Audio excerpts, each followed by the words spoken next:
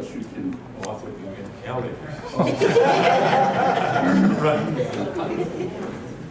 Thank you, Keith. Can I thank the Resident Ratepayers Association for organising this meeting. My name's Ken Shirley. I'm one of the 2 regional councillors for Western Bay.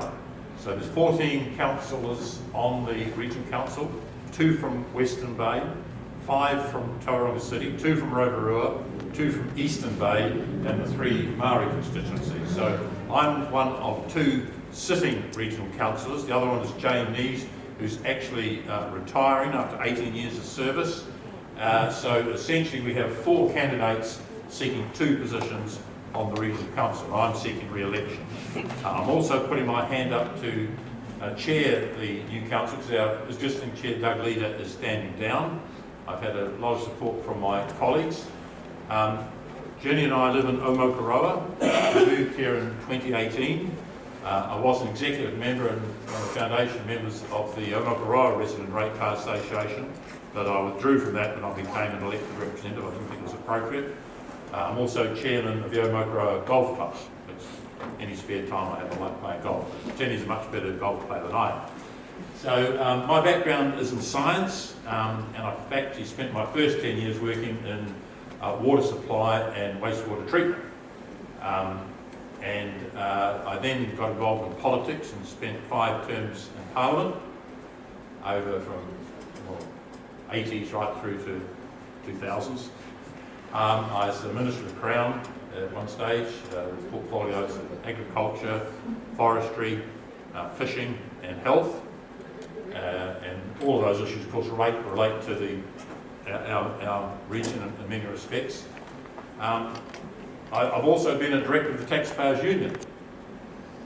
So you probably know where I stand in terms of affordable rates and compounding increases year on year. So efficiencies is important. I got involved in local politics. I actually first stood for local politics, like Margaret, in 1977.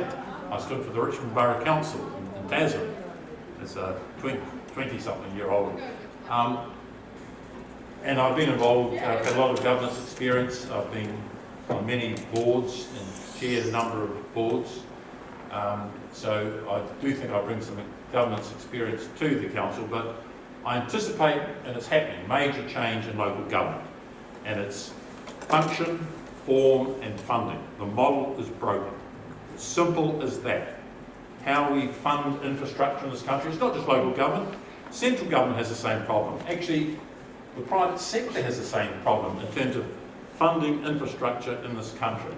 But it certainly impacts on local government. We've got to do be a lot smarter. If you look, compare us around with other countries around the world, what we pay for infrastructure is just appalling. And I think the sitting mayor mentioned before that the compounding cost of infrastructure hits local government massively.